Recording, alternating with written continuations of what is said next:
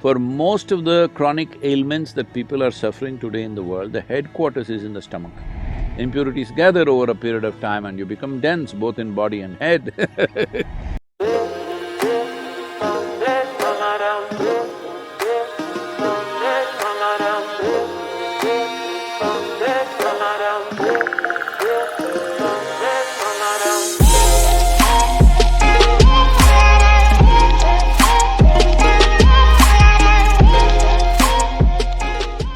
So fasting as a process must be done with necessary understanding.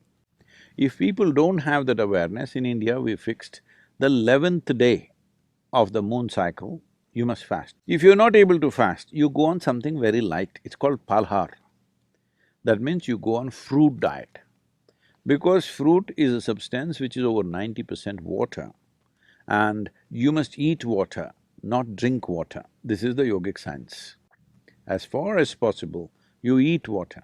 You always be conscious about the food that you're eating, what is the water content. Like a South Indian meal, if you eat, a cooked meal I'm talking about, if you eat, very easily 60–70% water. In fact, more. In some of the foods, it's much more. But now the food that you're eating here, you're eating bread, which was baked a month ago probably. Is that minimum? Even in so-called organic shops, it's at least a month or at least a week. Nobody is going and getting fresh bread and come, and anyway, the way the bread is baked, it doesn't have water in it, very little water. So of course you're compensating that with a bucket of Coca-Cola or something like that. Right? Yeah. I said a bucket, not a bucket glass. is a good amount of Coca-Cola.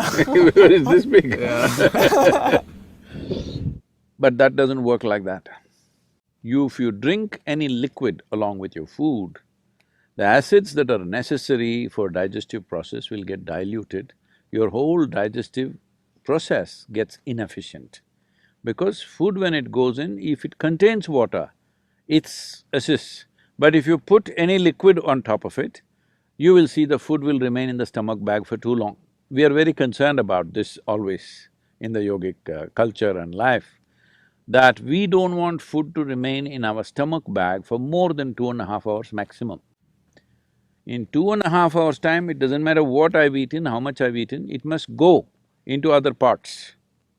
If it remains there, it makes you dull. It makes you lose your sense of perception.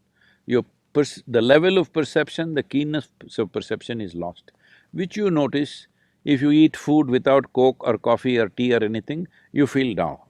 It kind of pulls you down. Whole lot of people have developed a culture around it, after lunch they have to sleep.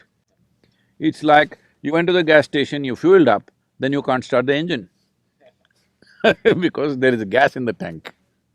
So that's what it means.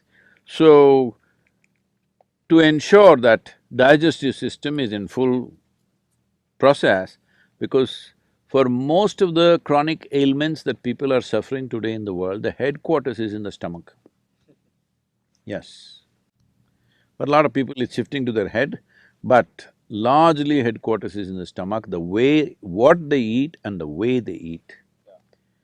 So in this way they eat, one simple thing to bring discipline is, maybe 1 or 2 days in a month, you go on much lighter foods which are very simple and easy on the body. If you can just thrive on water or just a little bit of lemon and water or little lightly honey-laced water, it will help, but if it's not possible for you, maybe a fruit or something, which is very light on the system. The idea is to give digestive process and assimilation process a break so that rest of the body begins to excrete on the cellular level, it must throw out all the impurities.